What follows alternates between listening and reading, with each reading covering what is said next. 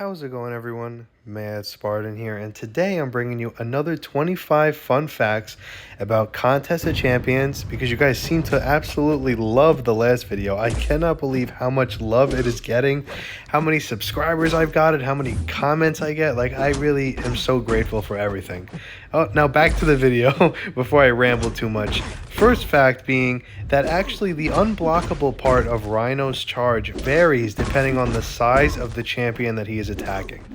So we're going to see here that the first guy I'm fighting is Rocket Raccoon, who is extra small. So the unblockables are going to be actually coming out pretty frequently.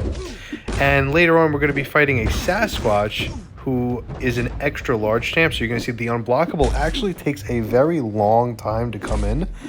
I'm trying a little new technique after taking some notes and a couple of you guys who gave me some advice. I found out that I found myself like kind of rambling and speaking a little too fast to try to catch up with the video. So I'm going to try to take a new approach and not be so nervous. Just speak very calm and very clear for you guys. So please let me know if it is a better approach compared to my other videos. As you guys can see here, we are kind of spamming the mediums. Try to see how long it takes for us to actually get an unblockable here. We get him in Wrath. I keep going in, hoping that I get this unblockable. It doesn't seem to ever come out.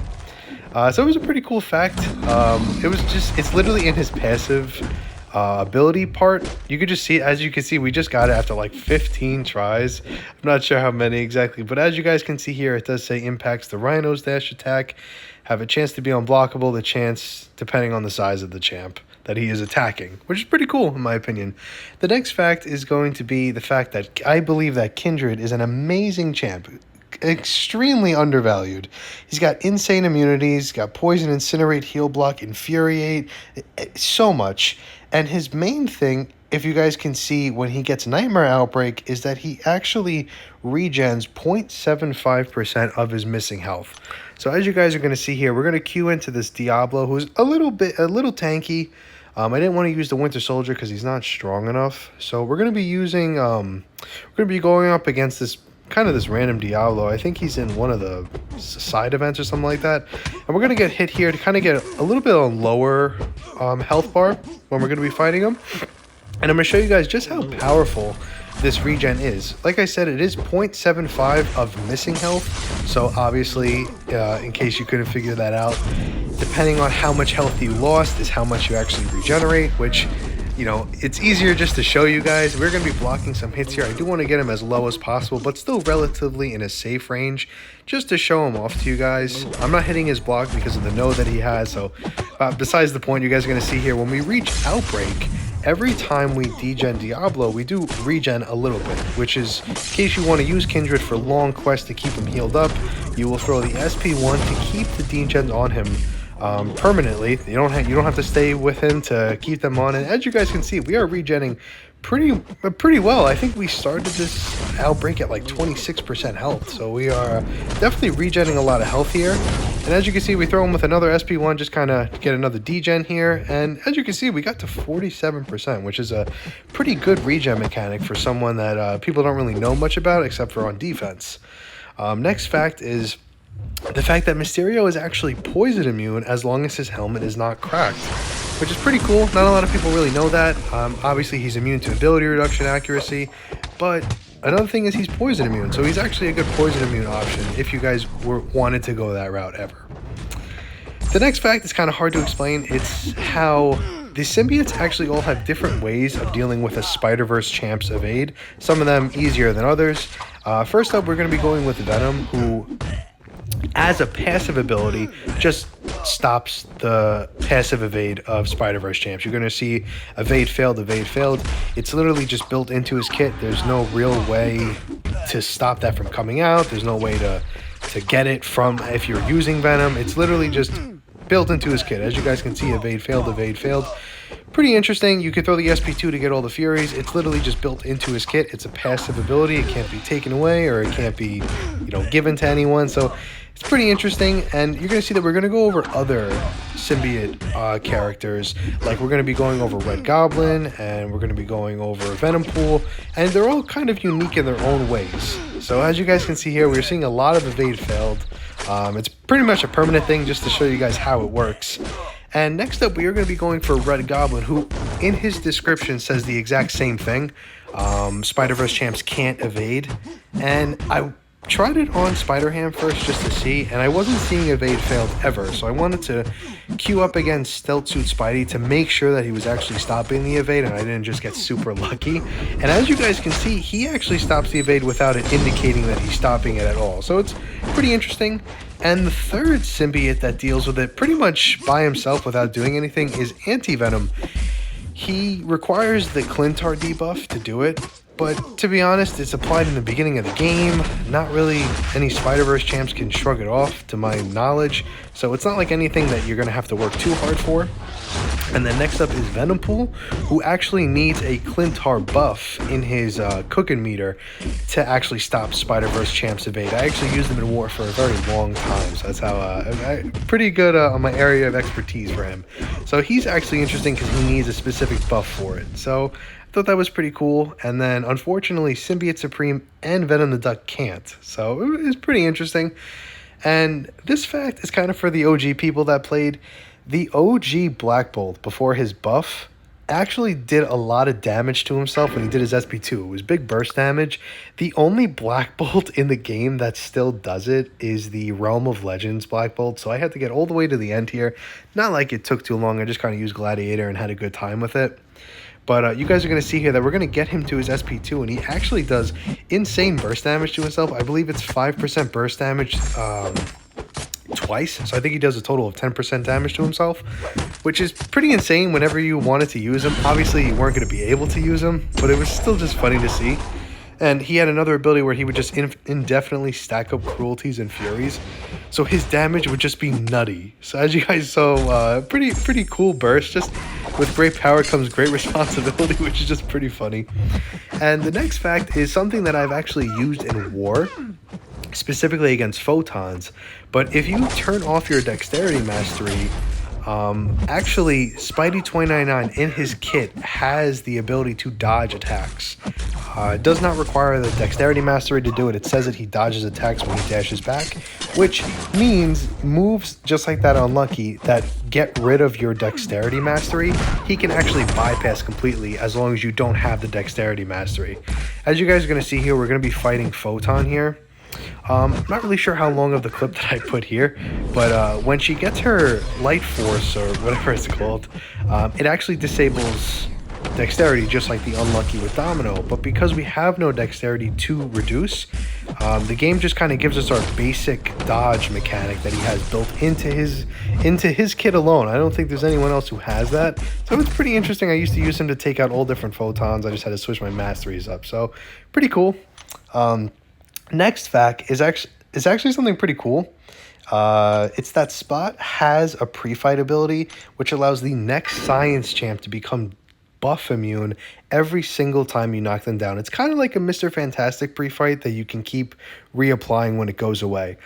Another little thing about it, I think it lasts like 2 or 3 seconds, but of course you can keep reapplying it, is you get a little bit of willpower regen from it. You know, it's not much. I think it ticks, if it lasts for 3 seconds, it ticks 3 times.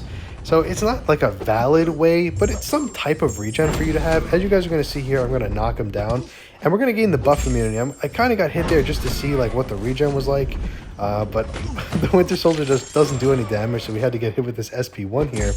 And as you guys can see, we keep knocking him down. It makes us buff immune, and it actually looks like it lasts for about 4 to 5 seconds. So it is a pretty decent one. I forgot to turn off to put my dex back on, so I pretty much just got slammed by these attacks.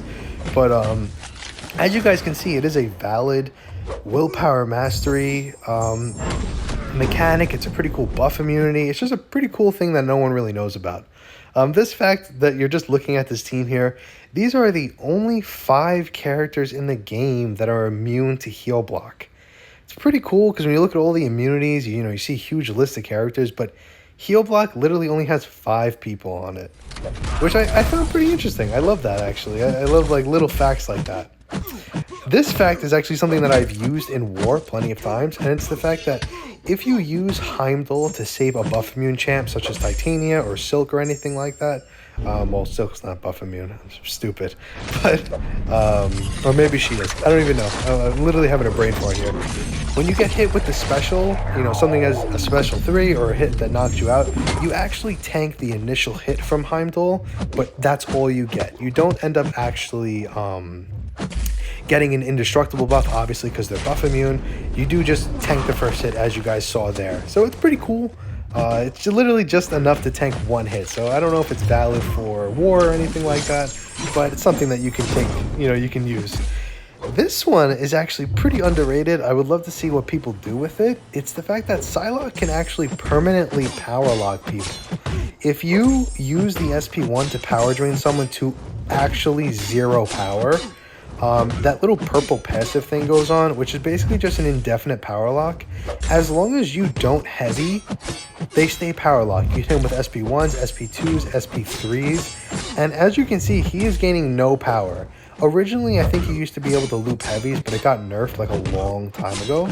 But it's still a valid thing, as you can see. You're pretty much just slamming in with SP2s, you get power steal back. You could pretty much just indefinitely do this if you would like. Pretty cool fact. Not a lot of people know that.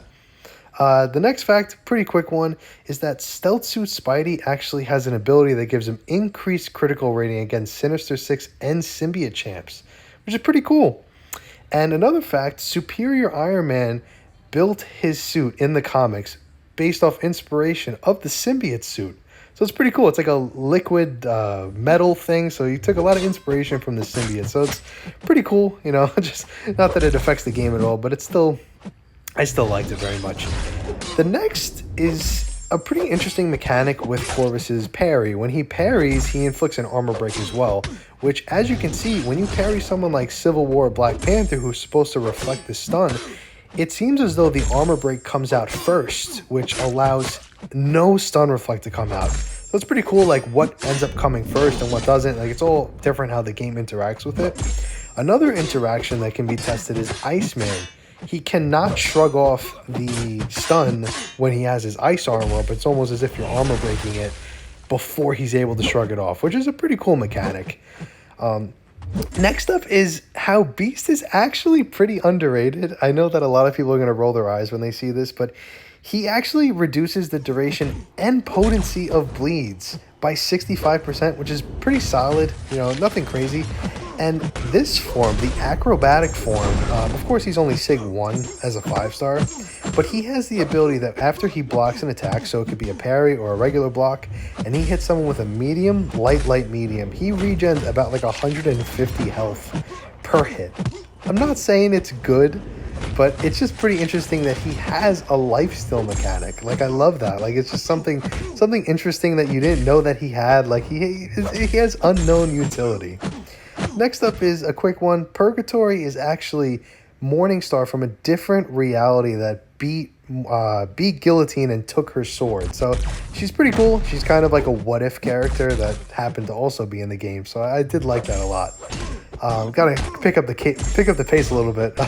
Next up is that Quicksilver can't evade guaranteed hits, so Hitmonkey is an amazing option for it. Absolutely love using them. As you can see here, it does say the guarantee crits ignore the evade and trigger the cooldown too, so it's pretty interesting. That definitely was a cool fact that I wanted to throw in here. And another fact, which a lot of people don't really seem to know, or they just don't care, I guess, because he's not really a valid champ. The champion is the only character, to my knowledge, that his Unstoppable does not go through specials.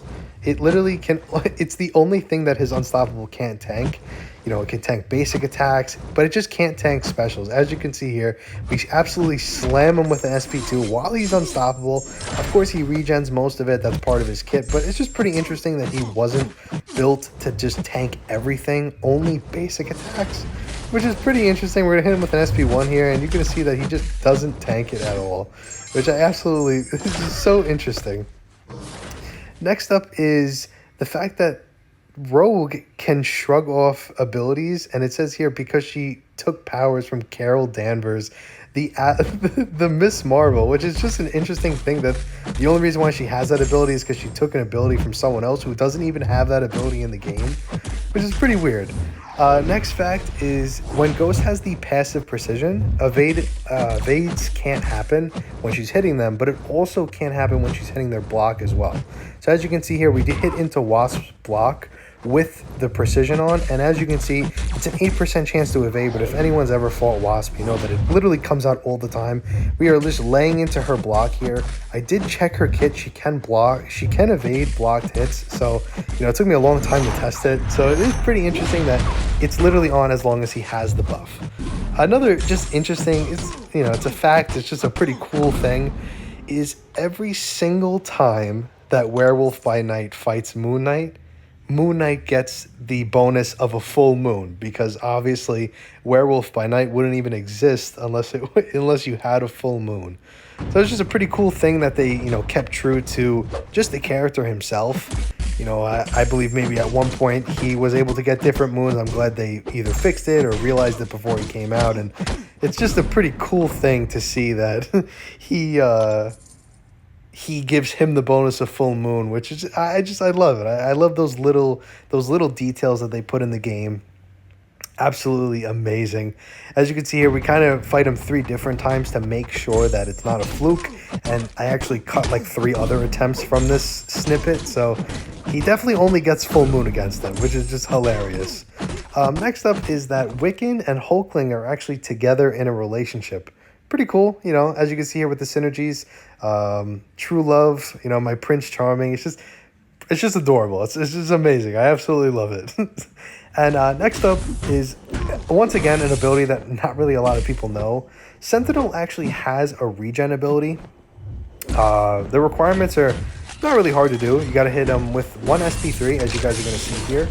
And after you finish the SP3, we get a brand new Sentinel, which means we should get full health, but that's not how it works. We get a huge passive armor. I think this 4-star maxed out. I think it's like a 1600 passive armor or something like that. So it's definitely a solid amount. And as you can see, we're going to be hitting with a couple heavies here just to kind of build back up to that SP3. And you guys are going to see that, you know, we're going to get hit a little bit just to lose some health.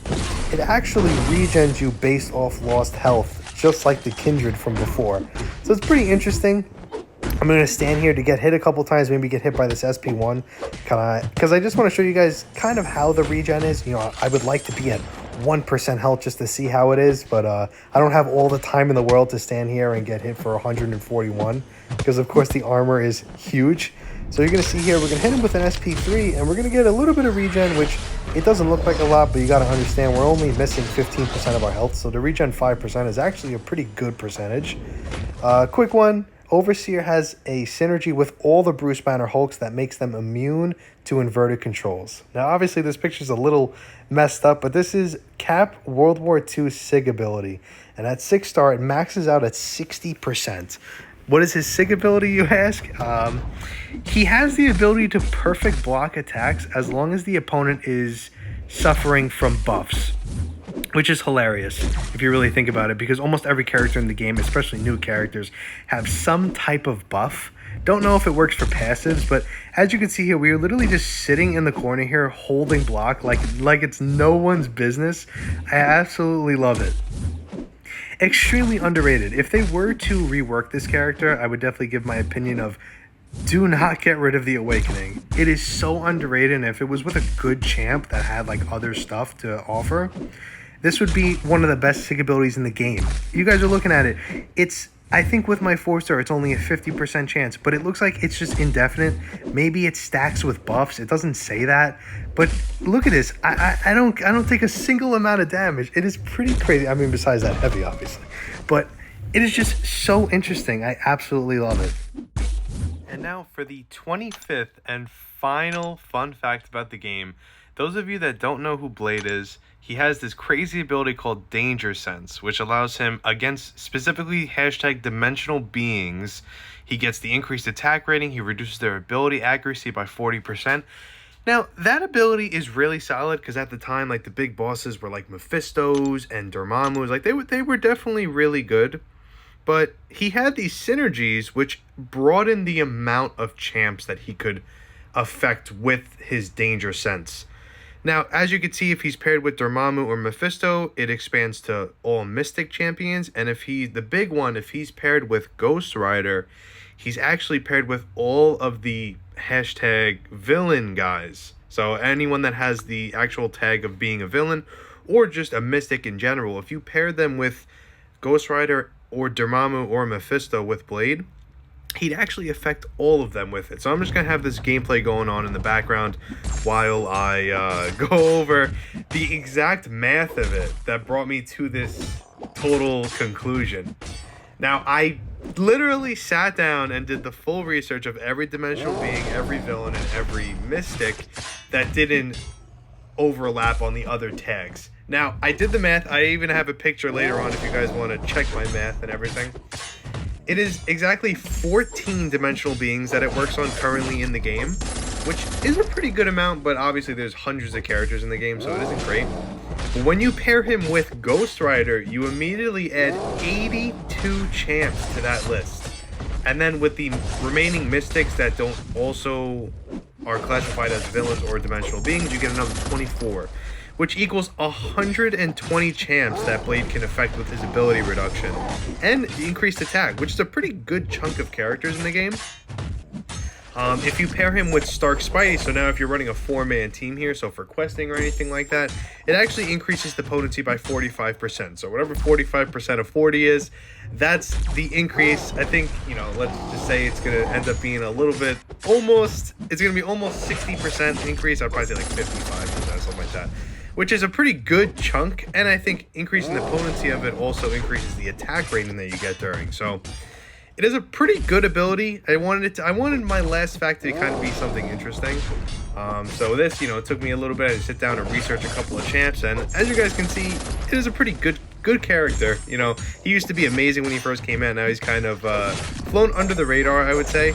And yeah, I just want to bring a little bit of appreciation to him, just how much he can possibly do. This is the current meta, with Leader in it and Patriot, it is a current listing, obviously months down the line, the number can only increase. So it is pretty cool that right now at this moment he can cover about like a third of the game with his ability, which I definitely like a lot. As you can see here, just the proof here, which took me a little bit to do, but it's totally worth it. I just want to say thank you to everyone who watched my previous video. I cannot believe how successful it is. I have over 10,000 views. I've gained over 125 subscribers just from that video alone. I can't thank you guys enough. I just can't believe it. I've just been super excited the past 2 days, just seeing the amount of growth and how many people are commenting and just interacting with my videos. I appreciate it so much, guys. You guys have no idea that these past few days have just really opened my eyes that this is possible, and I just absolutely love it. I really do. Now, the main reason for this is, of course, thank you guys all for supporting me, liking everything, subscribing. I just want to say thank you to two specific people that actually corrected the couple of the facts that I had in the previous video. I'm going to put their ad here, but I'm going to try to say it, just use the at that I put. I just want to say thank you to @usergoogle440. He informed me that actually Mordo has the highest energy resistance in the game. At max sig while blocking, he can gain up to 24,000 energy resistance, which is absurd. But I just wanted to kind of rephrase what I said. I obviously used the wrong wording with it. So I would say that Guardian has one of the highest energy resistances in the game, arguably the highest without having to do anything in game. He doesn't have to hold block like Mordo, and then it's only while he's blocking. He doesn't have to get to an SP2 like Absman to get a higher energy resistance. It's literally just in the beginning of the game he has it. So I don't know if that still classifies him as the highest. I just think a non-conditional energy resistance probably goes to Probably goes to Guardian, because he only has to be, he has to be SIG 200, which obviously isn't obtainable for some people, but for higher end, I guess higher ranked people, it's not that hard. And another one I want to thank this is the hard one, is Abu Debu or something like that. He informed me that Storm X and Bishop have similar but different abilities. I must have glazed over it just by looking at the facts. The fact that Bishop only applies the passive stun on skills, unlike Storm X, who applies it to anyone who purifies it. That goes for nodes that purify, or any other class that purifies. So that was why he wasn't applying the stun to a Nihilist. So I just want to say thank you to both those guys. I hope you all enjoyed the video. I appreciate you guys fact checking me. I'm not perfect. I make a couple mistakes. You guys obviously gonna fact check this video as well. hence why I put the proof for that blade one, because that one I was very proud of. But yeah, I hope you guys enjoyed it, and I'll see y'all on the next one.